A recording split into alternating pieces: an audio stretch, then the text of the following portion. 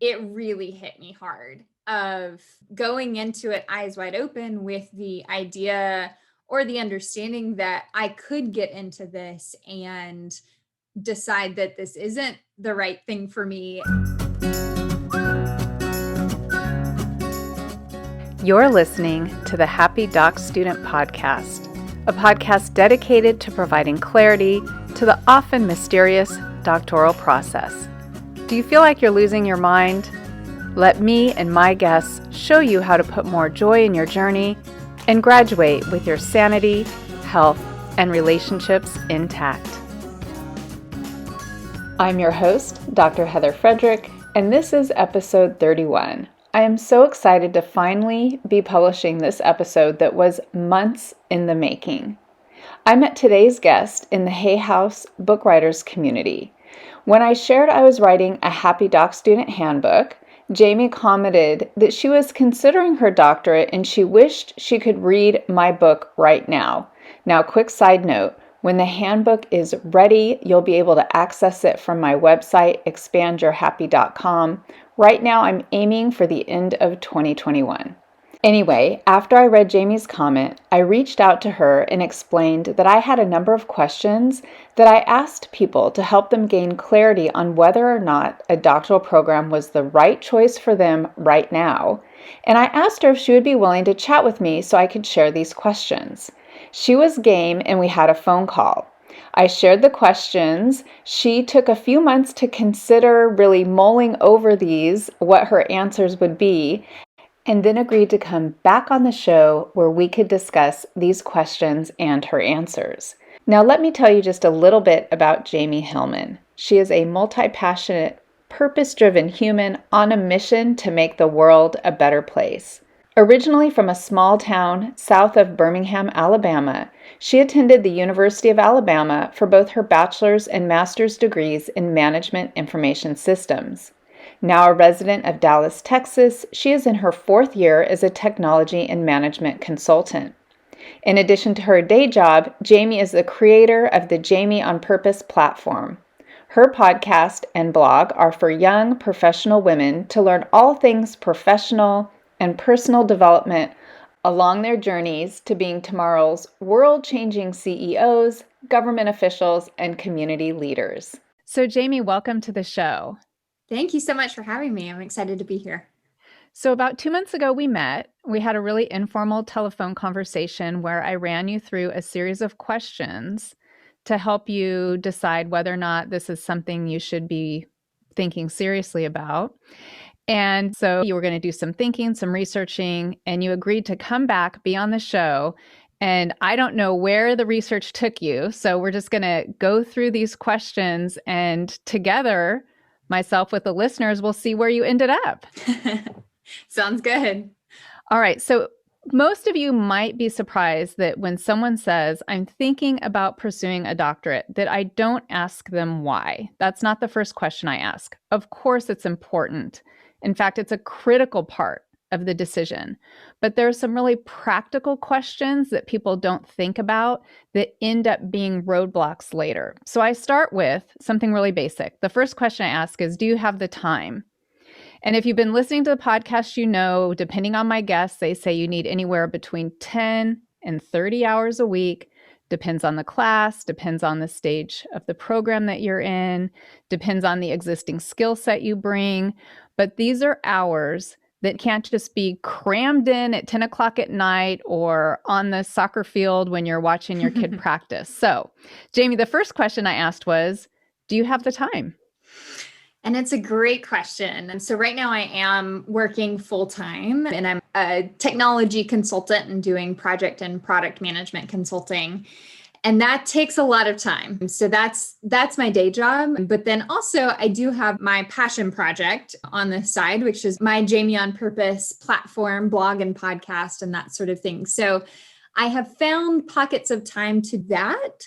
So from that perspective, it would be a challenge, but I have found time before to find those, 10 hours or 30 hours feels like a lot, but I could probably find 10. It would be tricky. And I know that we had also talked about a full-time like go and this is your full-time thing, like being on the campus and doing all of that versus still being in my full-time role and then doing this in addition to that. So that was an interesting thought to kind of noodle on. Yeah, you know what, that I'm so happy you brought that up because I just got off an interview where we were talking about online doctoral programs, and that is a great point. When I say 10 to 30 hours, I'm talking about this assumption that you're holding down probably a full-time job or maybe a part-time job, and you're also managing your household and you're pursuing your doctorate on the side, right? Even though it's taking up a significant amount of time versus going to a land base. Now with COVID, I know things are different, but essentially being enrolled in a residential program where that is your job. So now that you've had a couple weeks to think about these options, where are you leaning? I think it would probably be on the side. That seems more reasonable or more interesting to me at this point. I think there's components of the where I live right now. I really like that. And I'm sure that we'll get even more of those details in the other questions, but it's also around the monetary part of it. It is certainly a component. And I know that there are stipends if you go full-time on a campus, that sort of thing, but being able to pay for it is important. And my job right now would afford quite a lot of that. So yeah, most people who are in your position have careers. And so that's a big decision to walk away from a career. Most do choose to stay in the career, go quote unquote part-time. Sometimes it feels full-time. But my third question is usually the finances. But since you brought that up, let's go ahead and swing into that one. Because the question I usually ask is, hey, think about how much you're willing to go into debt and or pay. Some people do have chunks of money lying around, but let's assume you don't. So how much debt are you willing to go into, knowing that 50% of the people who start don't finish? So you may be going in, racking up some debt and leaving without finishing the degree. And you don't need to share your number with the audience, but did you take time to think about that number? Yes. And I remember when you said that the first time, it really hit me hard of going into it eyes wide open with the idea or the understanding that I could get into this and decide that this isn't the right thing for me. And I've already spent money on that. All in all, I'm still pretty young. I've got time to recover that money, but nobody really likes debt. And is there that idea of not only have I wasted time, but now I've wasted money? And but did I still get something good out of it? And so it's a hard question for sure. And I think it would end up being a percentage of my overall take home pay right now, where I have some margin in my living expenses, but maybe that's money that I would have saved towards a down payment on a house or saved towards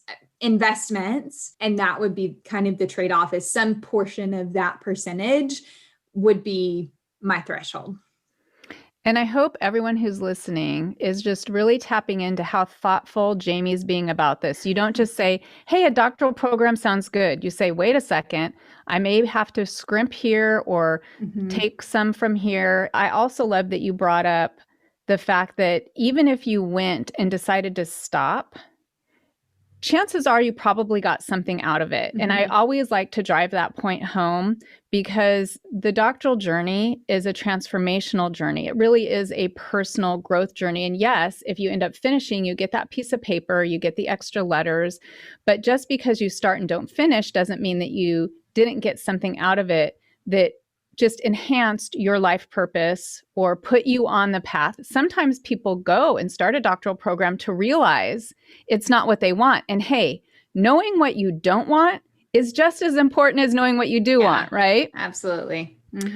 Okay, so you've thought about the time and it sounds like, okay, it might be a little challenging, but you could carve it out.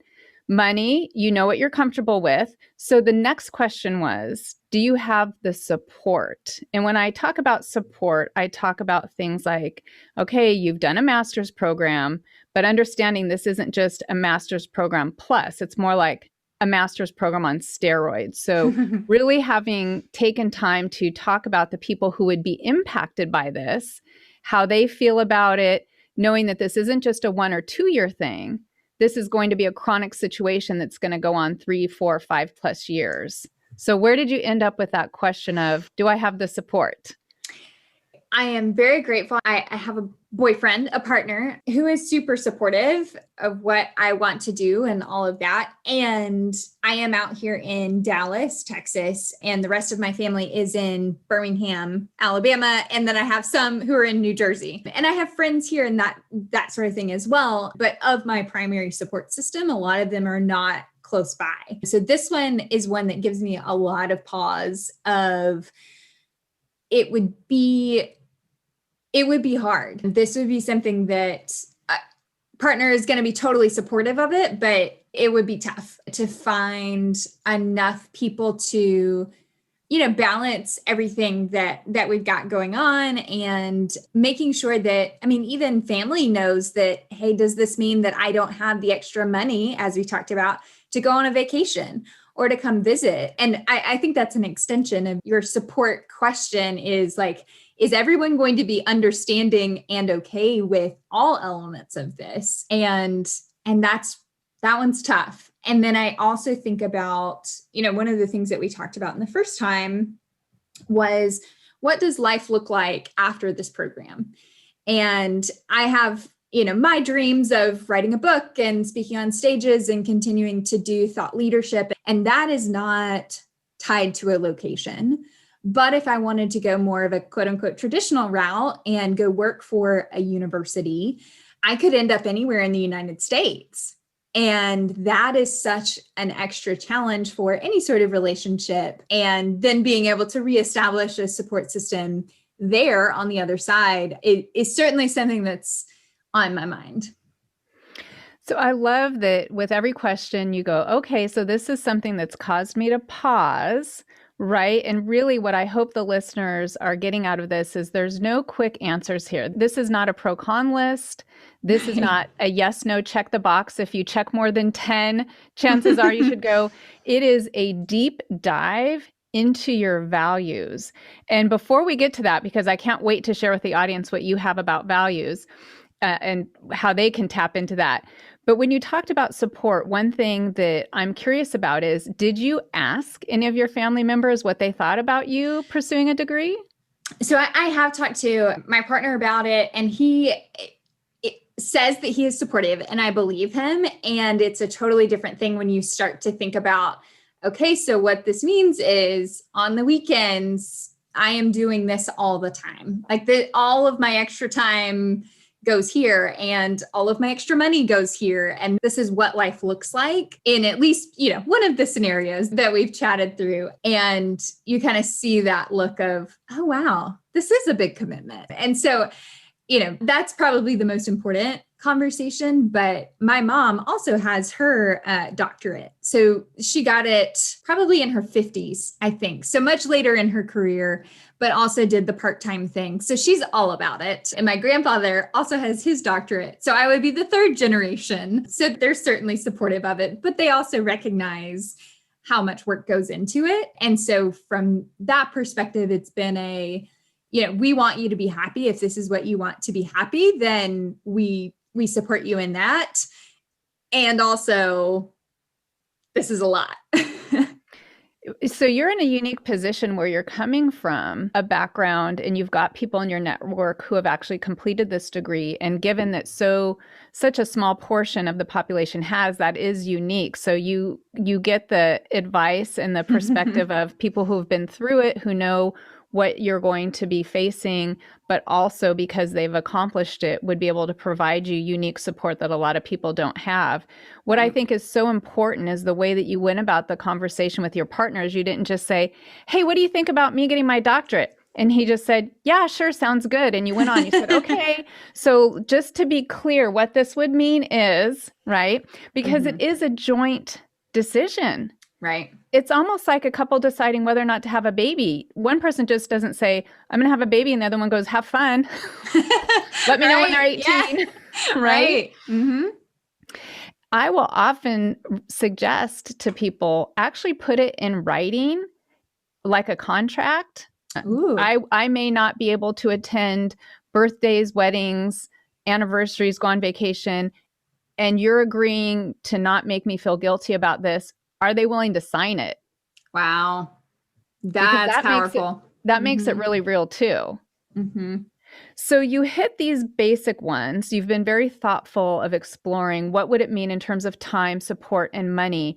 But you brought up this important part. Now it's time to get to the why. Why would you do it? You said, then I'm picturing myself 5 years out post degree. Is this degree going to be a logical step to where I want to be?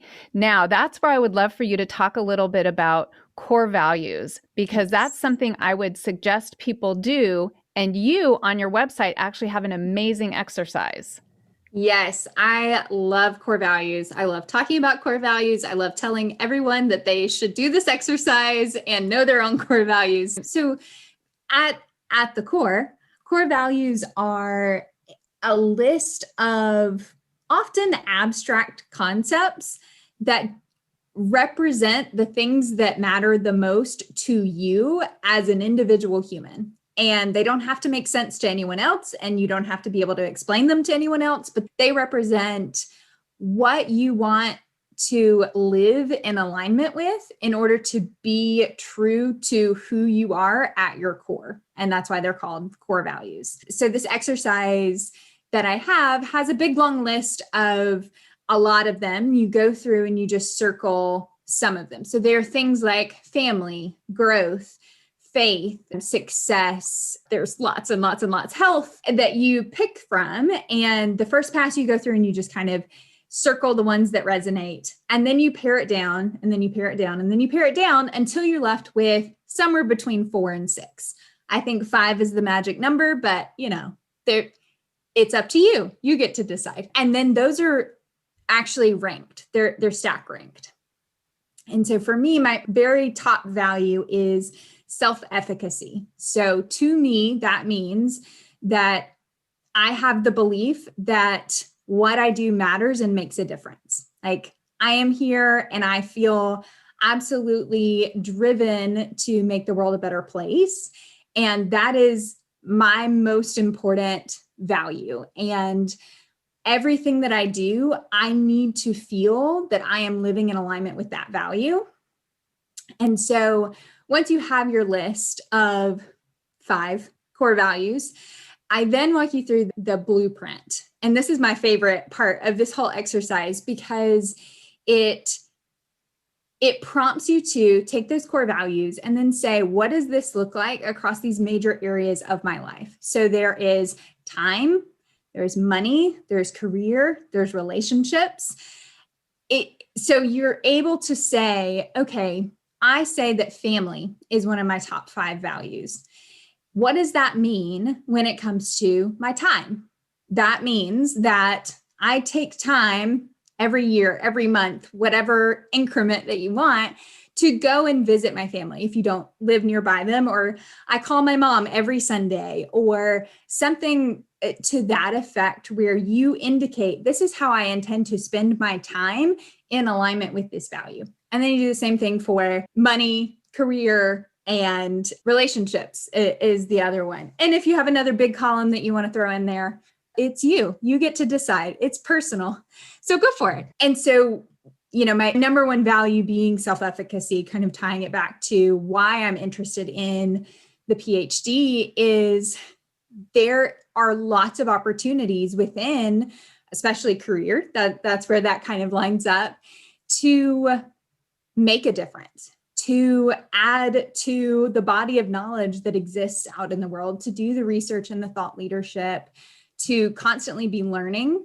One of my other top 5 is growth and learning. So I love that aspect of this process, and looking, if I map out 5-10 years on the other side of the PhD, there's lots of opportunities for me to do that growth and learning piece of it.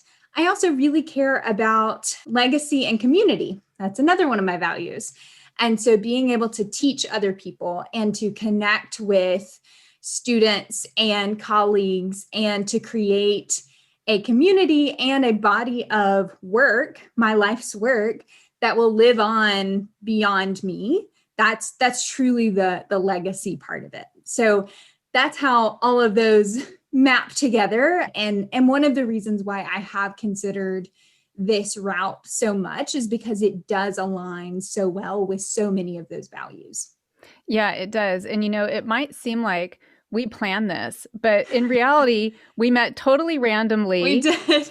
I went to your website last night and found your core values exercise, and the light bulb went off, and it was like, this is why it's so easy to talk to Jamie about this decision, because she's already done so much of the work in understanding who you are, what you stand for. And a core values exercise is like giving someone a roadmap to their happiness, right? Absolutely. So listen, guys, whether you're thinking about a doctoral program or you're already in one, I'm going to say take time to go to Jamie's website. I'm going to link it below, because taking the time to do this often, right? Yeah. Not just once. Yep. Because things change. They do. Yes. And your application of them might change. Your definition, even if the word itself stays the same, then your understanding becomes more nuanced, becomes deeper. You have experiences that influence it differently. And I actually did have a net new add to mine in the last couple of years, which is health.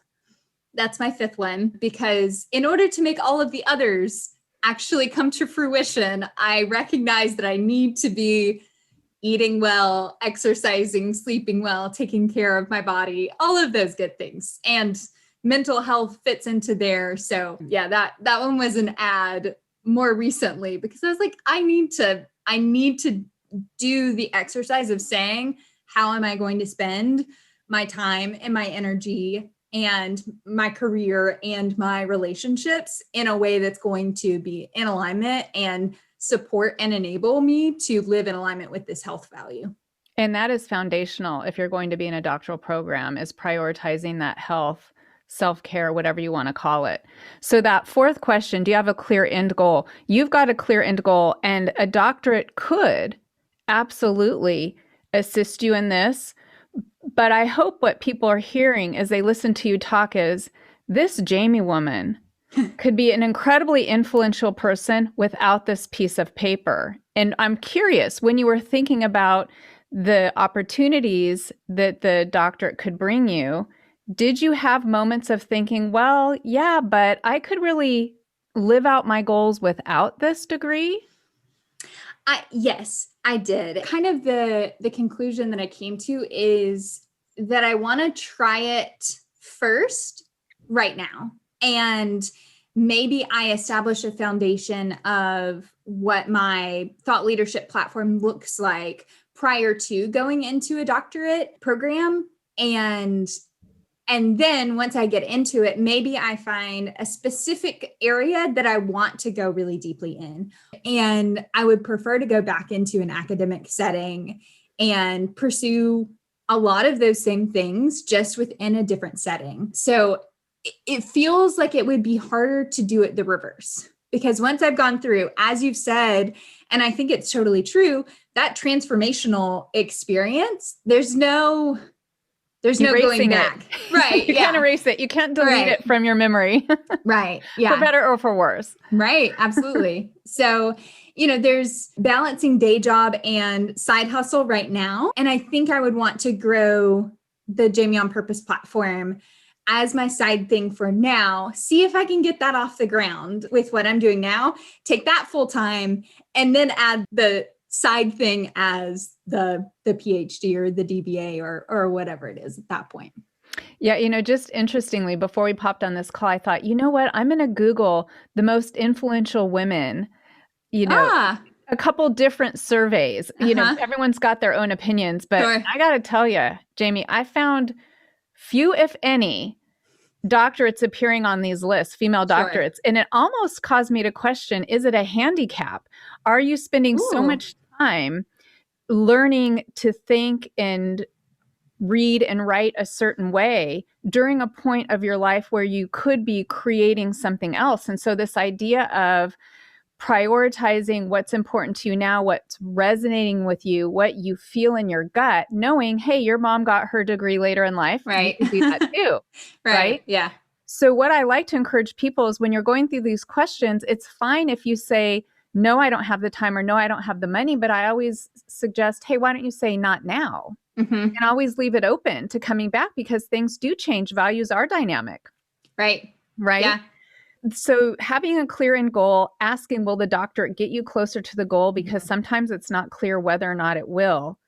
And then the bonus questions, and some people may think these are kind of silly. If you answer no to these questions, these are not reasons to not pursue a doctorate. But in my experience, it makes the journey much more enjoyable. In the question, the overall question was, do you consider yourself a nerd?